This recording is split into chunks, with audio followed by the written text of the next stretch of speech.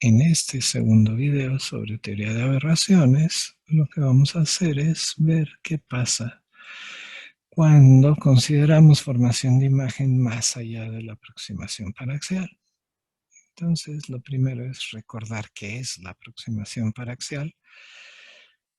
Para obtener las expresiones de formación de imagen, tanto espejo como espejo esférico, como lente delgada o lente gruesa, hicimos la aproximación paraxial. Esto implica que los rayos que forman ángulos pequeños respecto al eje óptico. Y entonces, en ese caso, puedo sustituir en todas las expresiones, tanto de la geometría como en ley de Snell, puedo sustituir el seno del ángulo por el ángulo mismo. Esto es la aproximación paraxial y nos podemos, si vemos, este es el primer término de la expansión de la función seno. Entonces, nos interesa ahora analizar qué pasa cuando trazamos rayos y cómo se forma la imagen. Vamos a ver que no es imagen perfecta en este caso, cuando esta aproximación ya no es válida. Entonces, lo que podríamos pensar es, vamos a continuar la expansión de la serie de seno. Entonces, a primer orden, el primer término de la expansión es el que tenemos en la aproximación paraxial, y el siguiente término de la expansión va a ser teta cúbica entre factorial de 3. Conste aquí si teta tiene que estar dada en radianes para que esto funcione. Y entonces lo que vamos a tener es, cuando usamos esta expansión a tercer orden, tenemos la teoría de aberraciones a tercer orden. Por supuesto, si esto ya no es suficiente y queremos ir al siguiente término en la expansión, pues entonces el siguiente término en la expansión tendría que ser más teta quinta sobre factorial de 5.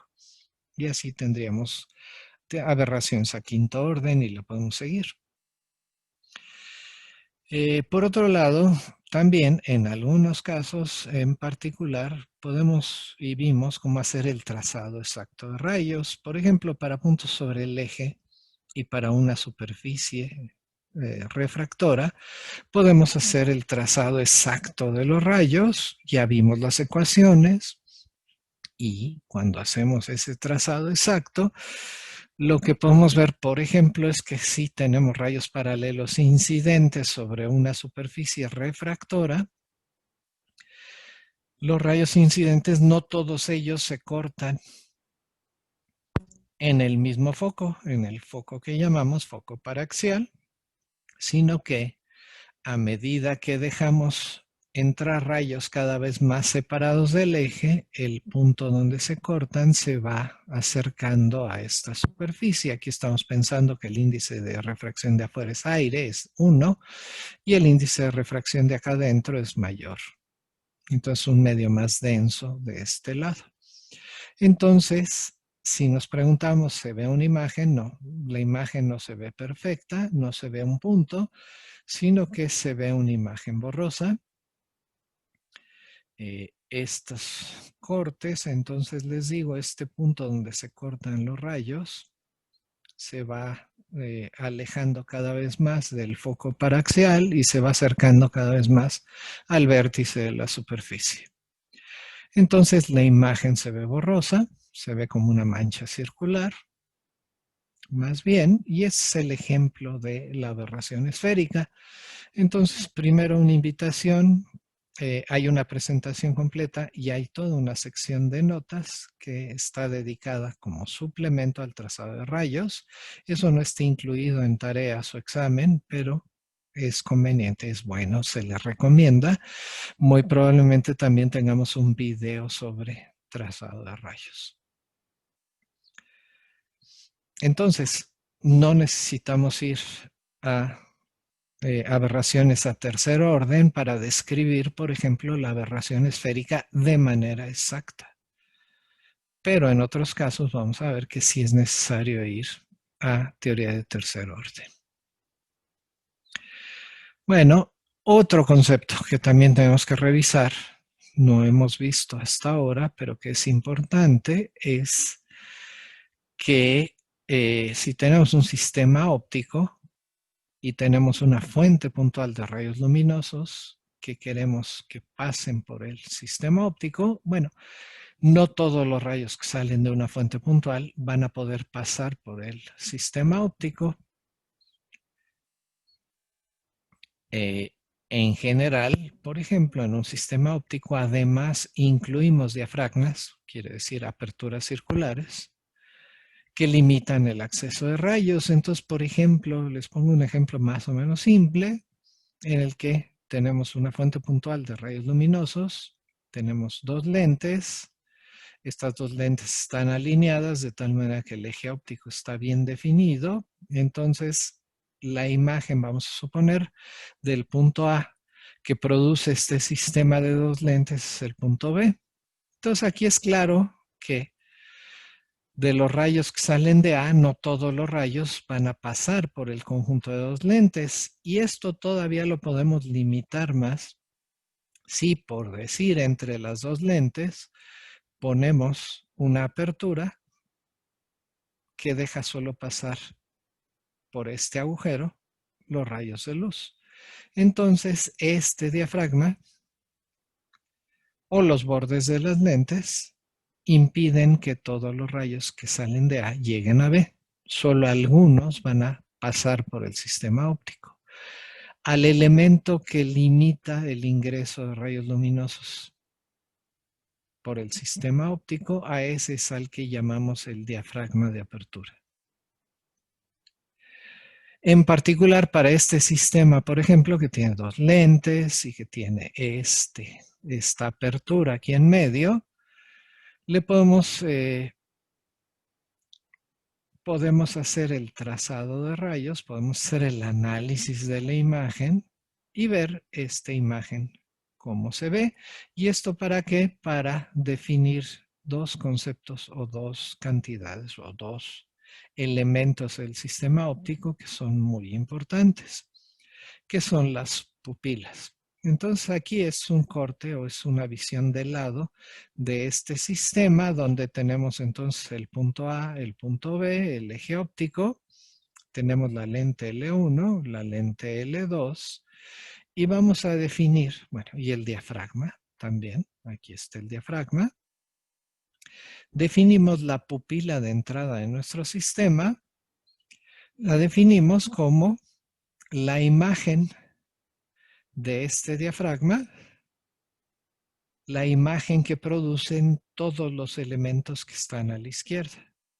Entonces, en este caso, tenemos una sola lente y nos preguntamos cuál es la imagen de este diafragma que se produce por esta lente. Y a esto es a lo que llamamos la pupila de entrada. Entonces, aquí calculamos la imagen de este agujero y ese agujero va a ser un agujero que es la base de este cono que está marcado en amarillo, y a eso, esa base, es a lo que llamamos la pupila de entrada. De igual manera, la pupila de salida va a ser la imagen de este diafragma, pero ahora por todos los elementos que están a la derecha, en este caso una sola lente. La imagen de esta apertura es la base de este cono y la base de este cono es lo que llamamos la pupila de salida. ¿Ok? Entonces, aquí lo que es importante es que este diafragma de apertura es el que determina la calidad de la imagen que se obtiene en este sistema óptico. Un par de cosas importantes. Aquí pusimos el diafragma de apertura y además lo pusimos de un tamaño, de un diámetro de apertura que garantizaba que este elemento, este diafragma, era el que realmente determinaba la calidad de la imagen. Pero si esto lo abrimos cada vez más, puede que el elemento que limite la entrada de rayos luminosos no sea esta apertura, sino que sea el borde de esta lente o el borde de esta lente. Entonces, para cada sistema óptico y para cada par de posiciones objeto-imagen, tenemos que determinar cuál es la apertura que realmente limita la entrada de rayos luminosos. Todo esto está descrito con un poco más de detalle en la presentación que se refiere a diafragmas, y también en las notas hay varios ejemplos de cómo determinar el radio o primero, cuál es el objeto que determina la calidad, cuál es el objeto que se convierte en diafragma de apertura, y además de qué tamaño es esa apertura y cuál es la pupila de entrada y cuál es la pupila de salida. Entonces los invito a ver la presentación de diafragmas en esta página. Bueno, ya con esto podemos entonces plantear el problema general que queremos describir con seno resolver. Describir las aberraciones que se dan en la formación de imágenes. Entonces vamos a pensar, ahora vamos a sustituir el sistema óptico completo, nos vamos a fijar solo en la pupila de salida del sistema. Entonces tenemos un objeto, tenemos un punto P en este objeto que emite rayos luminosos y nos fijamos en dos de esos rayos luminosos. Uno que va tarde o temprano a salir por el centro de la pupila de salida, y entonces este va a ser un rayo que necesariamente es el rayo paraxial de nuestro sistema, y después de pasar por el sistema óptico llega al formar la imagen paraxial que llamamos el punto Q. Entonces, la imagen paraxial del punto P es el punto Q.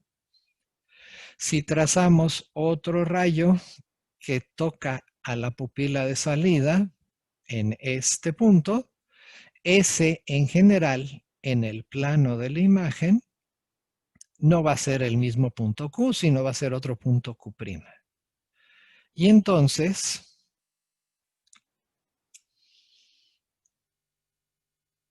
lo que vamos a ver es que el rayo no paraxial pasa por ρ, el extremo de este vector ρ en la pupila de salida, y en general llega al punto Q', que no es el mismo que Q. Y lo que nos interesa es describir qué tan lejos está Q' de Q. ¿Cómo depende esta Q'? ¿De qué puede depender? Puede depender de dónde salió este rayo luminoso, quiere decir, puede depender de la altura o el vector h en el plano del objeto, y también puede depender de el vector ρ, que es el punto donde el rayo sale de la pupila de salida. Entonces, en general, el punto Q' va a ser función de ρ y de h.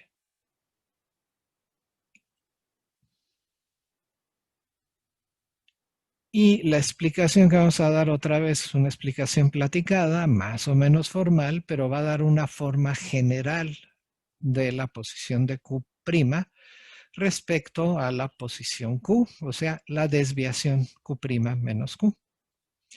Entonces, ¿qué es lo que vamos a decir? Fíjense en la formación de imagen paraxial.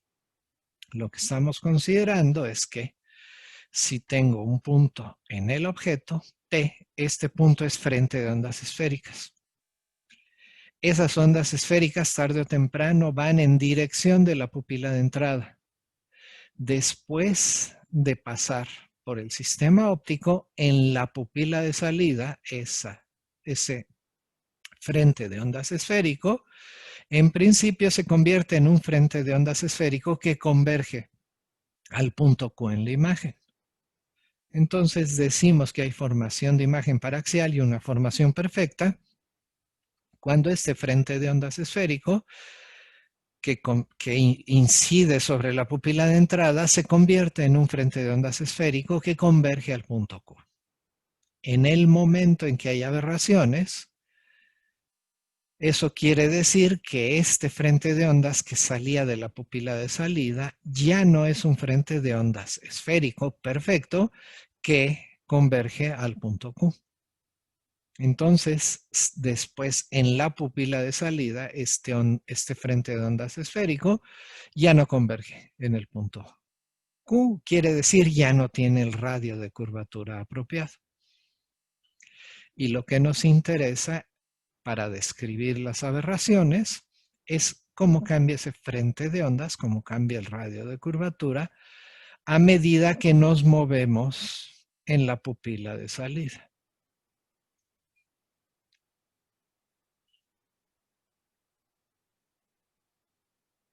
Ahora, podemos hacer entonces un análisis basado solamente en un sistema óptico que tiene simetría alrededor del eje óptico. Entonces, nos interesa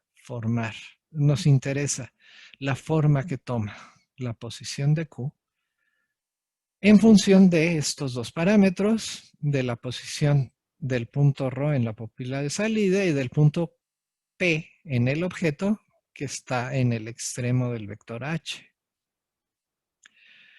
Aquí lo que es importante es insistir que el eje óptico es un eje de simetría del sistema. Esto es, si yo giro todo el sistema alrededor del eje óptico, debo de obtener el mismo resultado.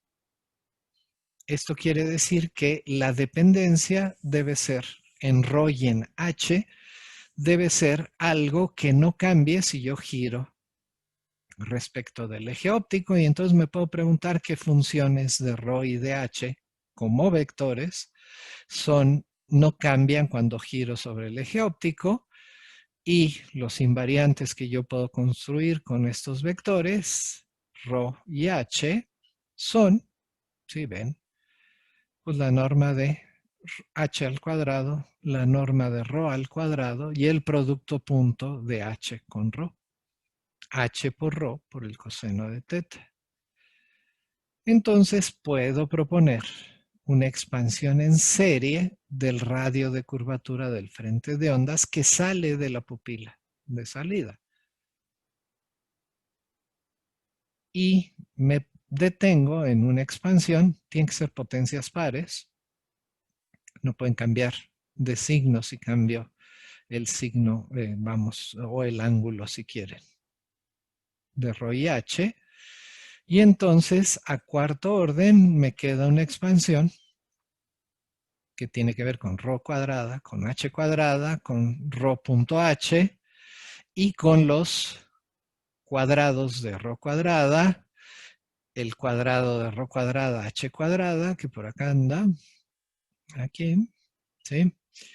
Y el cuadrado de los productos. Si ven, estos son los únicos términos que pueden ocurrir en la expansión, ρ cuarta, ρ cúbica h coseno de teta, que sería ρ cuadrada por ρ h coseno de teta, ρ cuadrada h cuadrada, que está aquí,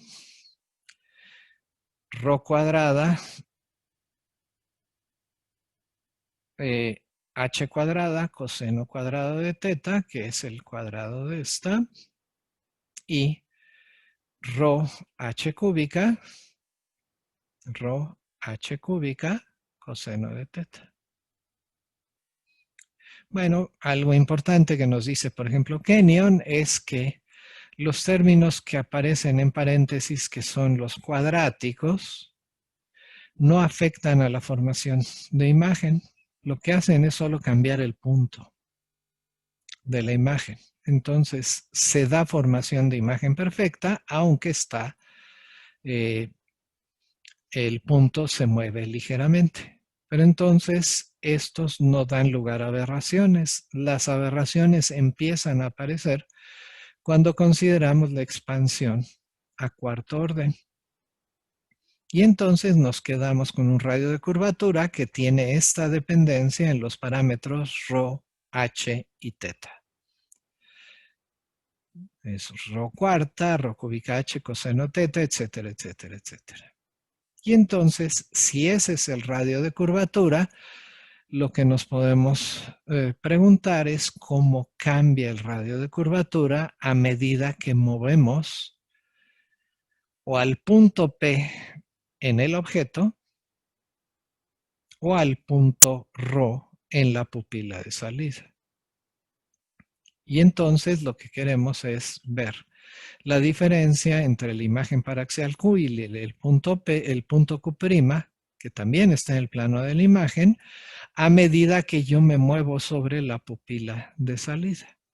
Entonces, lo que tengo que hacer es ver cómo depende, cómo cambia, cuál es la separación a lo largo del eje X y a lo largo del eje Y entre Q y Q', y estos van a ser proporcionales al cambio del radio de curvatura respecto a la coordenada X' y el cambio en radio de curvatura respecto a la coordenada Y' en la pupila de salida.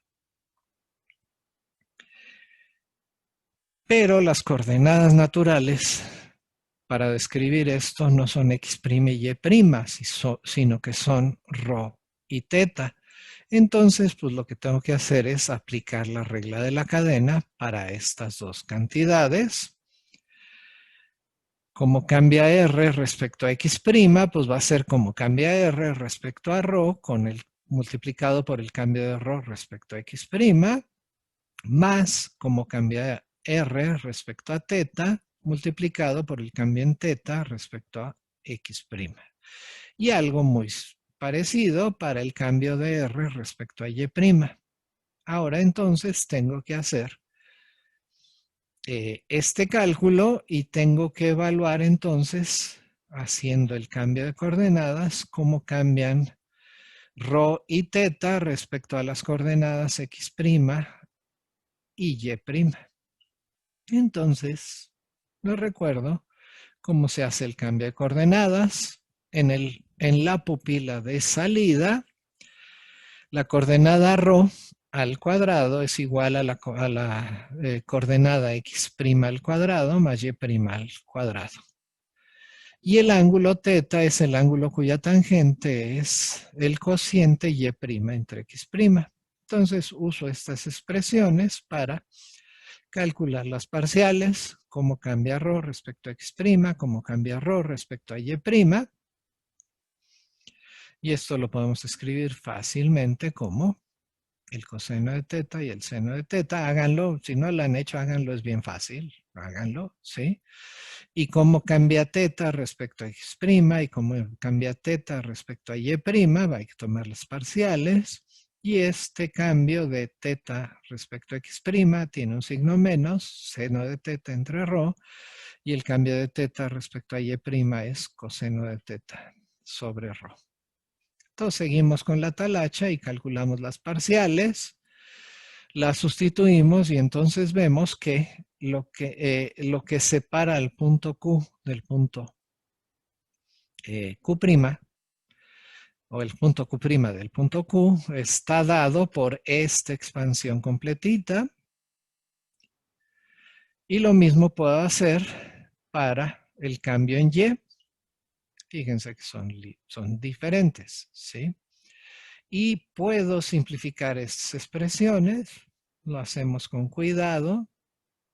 Aquí es importante que vean que aparecen siempre potencias de ρ que van a cancelar esta ρ del denominador. Y aquí pasa lo mismo. Y cuando hago la simplificación, háganla. Ustedes lo pueden hacer. Entonces, hagan estos pasos intermedios. Pueden llegar a esta expresión que me dice cuál es el cambio en la coordenada X entre el punto Q' y el punto Q, y la diferencia en coordenada Y entre el punto Q' y el punto Q, que son funciones más o menos simples de ρ, h y θ. Todavía estas las puedo agrupar.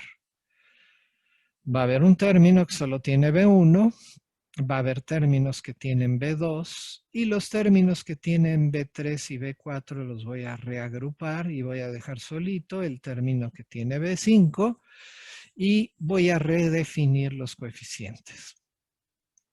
Entonces voy a poder así obtener 5 aberraciones a tercer orden.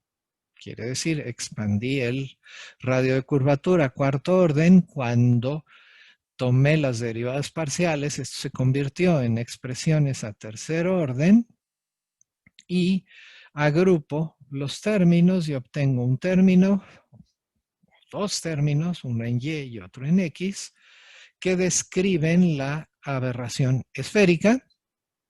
Tenía el término 4b1 por rho cúbica por el coseno de teta. A este 4b1 lo llamo C1 y es el mismo coeficiente que aparece en Y. En X aparece el coseno de teta, en Y aparece el seno de teta y a estos son a los dos términos que dan lugar a la aberración esférica. Los términos que tienen que ver con B2 los pongo aquí y al B2 lo llamo C2 para seguir usando la convención de coeficientes Cs.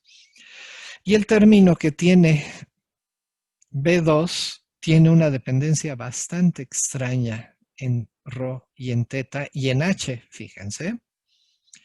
Es C2 ρ cuadrada, el radio del punto en la pupila de salida, h que es la altura del punto respecto del eje en el objeto, y teta que es el ángulo que hace respecto al eje X' en la pupila de salida.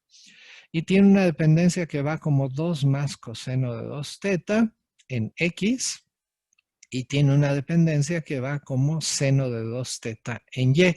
Lo vamos a analizar en un segundo, pero tiene esta dependencia. Y por favor, hagan la talacha para darse cuenta que efectivamente se puede escribir así.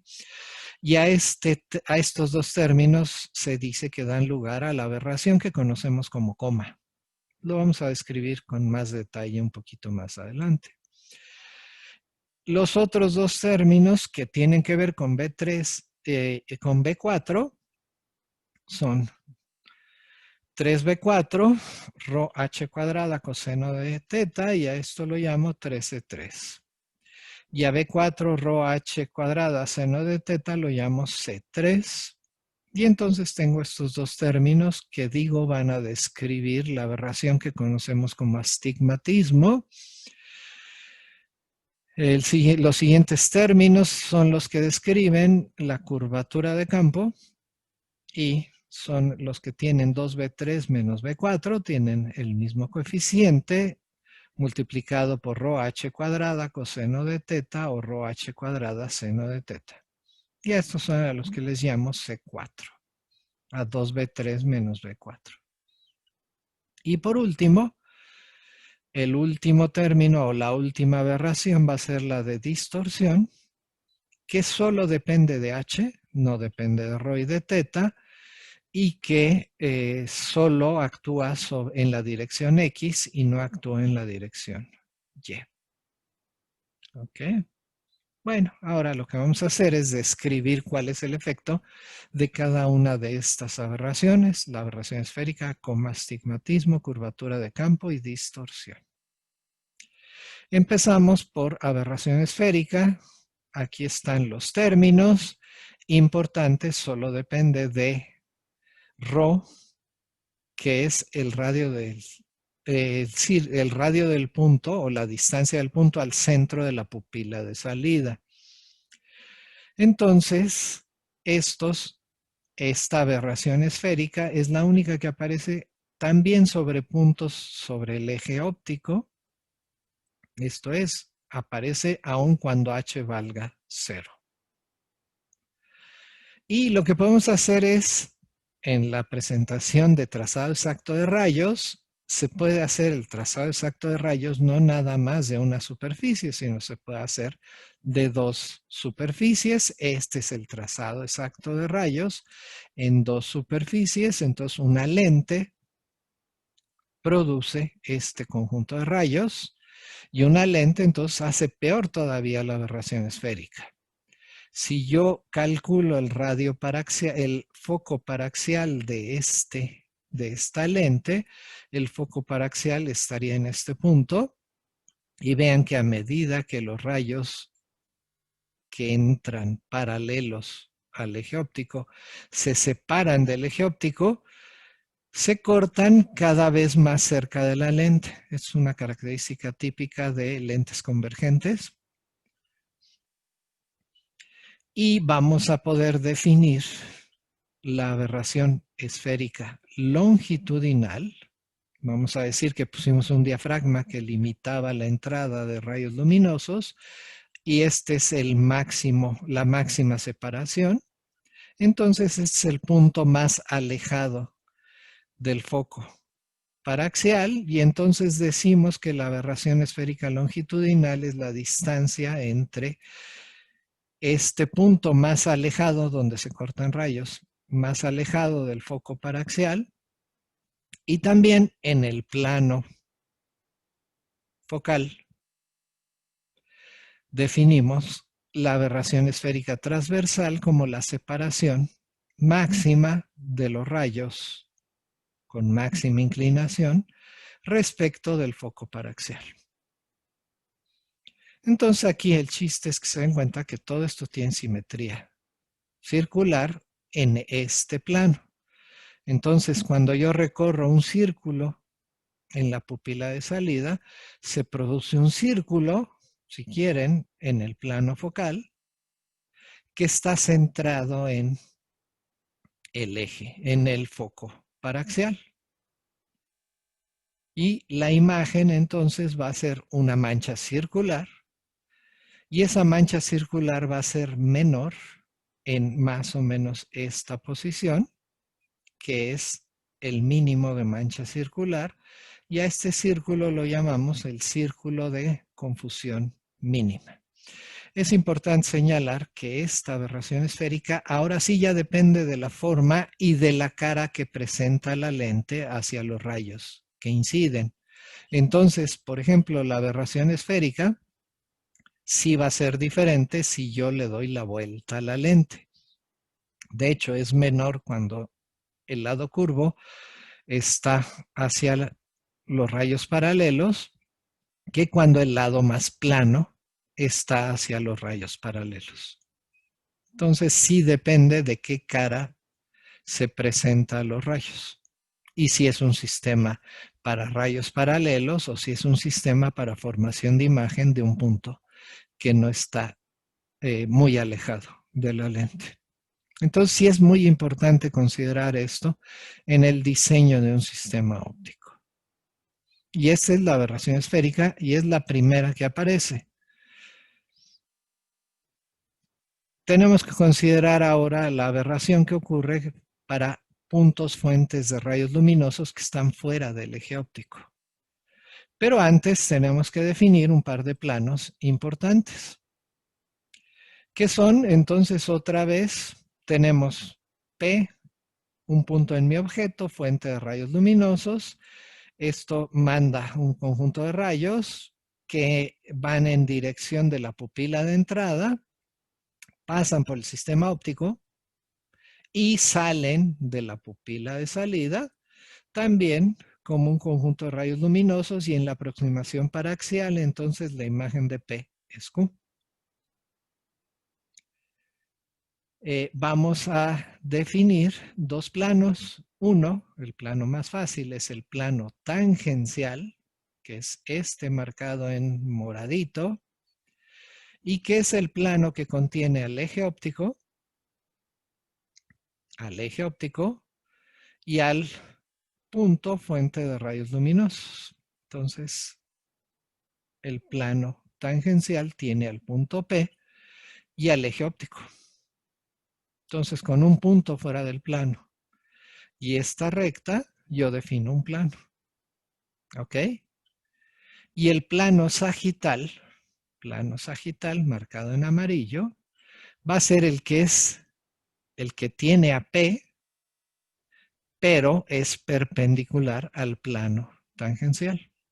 Entonces se ve que aquí hay dos planos, el tangencial morado y el sagital, que es el amarillo. Bueno, aquí, ¿por qué son importantes? Porque vamos a ver que se comporta muy diferente los rayos sobre el plano tangencial y sobre el plano sagital.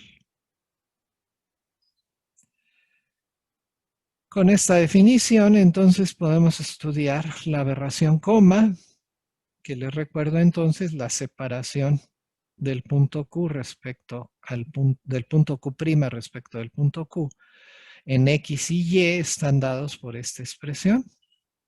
Y entonces aquí lo importante es que en la medida que ustedes recorren, quiere decir, dejan ρ fijo y recorren teta en la pupila de salida, entonces teta va entre 0 y 2pi.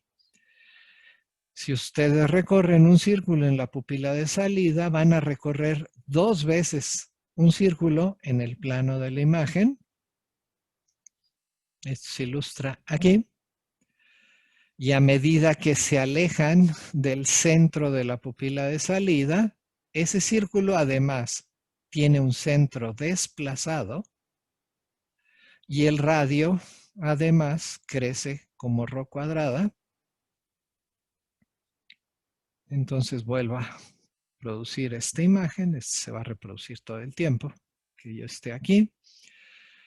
Y entonces, a medida que yo dejo entrar rayos cada vez más alejados del centro de la pupila de salida, lo que voy a hacer es producir rayos que cada vez se alejan más de la imagen paraxial, que es este punto. Y entonces lo que voy a acabar teniendo es una imagen. Es una imagen en la que el foco paraxial es el vértice de este punto y la imagen que voy a tener va a ser más bien algo que se parece literalmente a la cola de un cometa. Entonces voy a tener esto y la cola del cometa y por eso se llama coma esta figura o esta aberración que acabo obteniendo. Entonces, fíjense, si reduzco esta pupila de salida, lo que voy a acabar teniendo es la imagen paraxial, que es este puntito. Pero a medida que dejo más puntos iluminados en la pupila de salida, lo que voy a hacer es llenar todo este cometita. Y la imagen de un punto no va a ser un punto, sino va a ser este cometa, esta coma. Para describir lo que pasa con astigmatismo, recuerden, los otros dos términos son delta X3 y delta Y3, que son imágenes, pero que tienen, a final de cuentas, cuando cambio teta, dejo ρ fija y dejo H fija, va a ser elipses, pero con radios de curvatura. Van a ser elipses, pues, porque tienen radios o distancias al origen diferentes. Una es el triple de la otra. Y entonces lo que va a pasar es, otra vez tengo un punto, fuente puntual de rayos luminosos, fuera del eje. Me fijo lo que pasa en el plano tangencial y en el plano sagital. En la pupila de esa entrada van a dar lugar a imágenes en la pupila de salida. Y aquí lo que es importante, que quiero que se den cuenta, es que voy a tener focos diferentes en el plano sagital y en el plano tangencial. Y entonces voy a tener un foco diferente, un foco tangencial diferente y un foco sagital diferente. Y entonces no voy a tener un solo punto como foco, sino voy a tener líneas. Y si me voy a cualquier otro plano que no sea el sagital o el tangencial, lo que voy a tener es elipses con radios, con semiejes en razón 3:1, pero que van a ser verticales u horizontales en los demás puntos. Entonces, a final de cuentas, el astigmatismo ocurre para puntos fuera del eje y la imagen de un punto no es punto, sino son o elipses verticales o elipses horizontales o son líneas si estamos en la imagen sagital o en la imagen tangencial. Entonces voy a enfocar diferente lo que es tangencial que lo que es sagital. Y entonces recorren la pupila y se da lugar a una elipse, y estas elipses se colapsan en líneas que aparecen en la imagen sagital o la imagen tangencial. Y entonces, si ustedes ven un objeto como el que se muestra aquí, que tiene rayos sagitales y también tiene líneas tangenciales, entonces voy a poder encontrar dos imágenes, una en la que las líneas sagitales se enfocan bien, pero se pierde la definición tangencial, o voy a tener otra posición en la que la línea tangencial se ve enfocada, pero las partes sagitales no se ven bien, y esto entonces es lo que se conoce como la aberración de astigmatismo. Porfa, no confundir con el astigmatismo que van a ver más adelante. Padecemos varios de nosotros que usamos lentes justo para astigmatismo, y ahí son deformaciones en la curvatura del ojo. Entonces, con todo y que tiene el mismo nombre, el astigmatismo que muchos de nosotros padecemos en los ojos no es el mismo que este astigmatismo, que es el defecto en la formación de imágenes. ¿Okay? La siguiente aberración, curvatura de campo. Esta tiene que ver con que a medida, bueno, aquí están los términos que describen curvatura de campo. Otra vez, a medida que describo un círculo en la pupila de salida, esto describe un círculo en el plano de la imagen. Y aquí lo que está pasando es que, por ejemplo, en este caso, rayos paralelos, a medida que los dejo inclinar más, el punto donde se cortan estos rayos paralelos después de sufrir refracción por esta imagen, por esta superficie esférica, ese punto ya no queda en el plano focal de la superficie, en el plano focal paraxial, sino que ese plano se convierte en una superficie curva. Entonces, por eso se llama curvatura de campo. Por cierto, el término campo quiere decir el plano donde se formaría la imagen. Y aquí, donde se formaría la imagen a medida que inclino los rayos, ya no es un plano plano, sino es una superficie curva. Por eso se llama curvatura de campo. Esto, por ejemplo, lo ven en fotografías, sobre todo en esas fotografías que pueden ustedes imprimir, y es que parecería que lo que está cerca del centro de la fotografía está bien enfocado, pero lo que está fuera parece estar fuera de foco, porque le gustaría más bien que hubiéramos puesto una película que estuviera curvada, no una película plana. Entonces se tiene la curvatura de campo. Es un efecto similar al astigmatismo, pero los dos focos, el tangencial y el sagital, es en la misma dirección y además crece como h al cuadrado. ¿Ok? Si además de tener curvatura de campo tengo astigmatismo, entonces estos dos planos se van a mover diferente para la superficie tangencial y la superficie sagital. Por cierto, a esta curva, a esta superficie donde se formaría la imagen, se le llama superficie de Petzval. Y se tienen expresiones, se pueden obtener expresiones para esta superficie de Petzval a tercer orden, para una superficie o para una lente o para lo que ustedes, para el sistema óptico que ustedes estén considerando.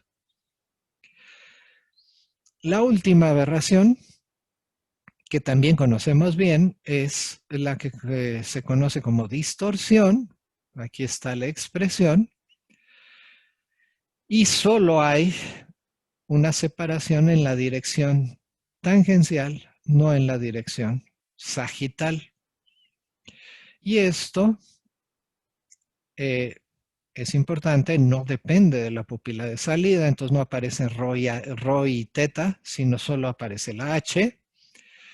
Y lo que dice es que, como es proporcional a H cúbica, solo actúa en la dirección X, que es la dirección en la que está el punto P respecto del eje óptico.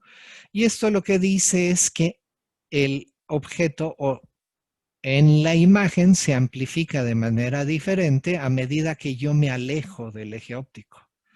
Entonces son estas en las que, ahorita vamos a ver un ejemplo, podemos hacer que los puntos más alejados del eje óptico, a medida que yo me alejo, se aleja todavía más en la imagen, o a medida que yo me alejo del eje óptico, no se aleja tanto en la imagen. Entonces puedo tener un coeficiente de amplificación positivo, alejo más a medida que me alejo, y esto se llama la distorsión de alfiletero. Y cuando ese coeficiente es negativo, quiere decir a medida que me alejo se amplifica menos la imagen, esto se llama distorsión de barril. Y esto, pues mejor ejemplificarlo con una fotografía. Por ejemplo, tenemos este personaje bastante conocido, que es la foto de este personaje, es mi objeto. Y si este objeto lo hago pasar por sistema óptico que tiene distorsión de barril, voy a ver que los objetos más alejados no se amplifican tanto. Entonces, en distorsión de barril, este cuadrado aparecería como estos especies de rectángulos curvos, donde las esquinas no están tan lejos como debieran. Y entonces la imagen aparece comprimida, ¿sí? Cuando se tiene distorsión de alfiletero, pasa lo contrario. A medida que yo me alejo en el objeto, la imagen se aleja todavía más. Y entonces los cuadrados aparecen distorsionados como estas figuras y una imagen aparece distorsionada como aparece aquí. Bueno, esto es lo que vamos a platicar sobre aberraciones. Les digo, si quieren y necesitan algo más serio, vayan y consulten los libros de óptica. Libros de óptica como el Klein o el Borny-Wolf. Una de las cosas que se sabe sobre teoría de aberraciones es describimos estas cinco aberraciones en el orden en el que van. Esto es, si ustedes quieren ir eliminando las aberraciones, tienen que diseñar el sistema óptico para eliminarlas en el orden en el que dijimos. Esto es, primero tienen que eliminar aberración esférica para después diseñar lo que tienen que hacer que elimina coma y después eliminar astigmatismo y después eliminar curvatura de campo y después eliminar distorsión. Si no lo hacen en ese orden, resulta que si ustedes empiezan por eliminar curvatura de campo, a la hora que intentan eliminar aberración esférica, eso estropea lo que hicieron para eliminar curvatura de campo. Entonces, los sistemas ópticos y el diseño de los sistemas ópticos es algo que requiere un montón de trabajo. No es trivial, es un montón de talacha. Afortunadamente se puede hacer mucho mejor ya con computadoras y demás.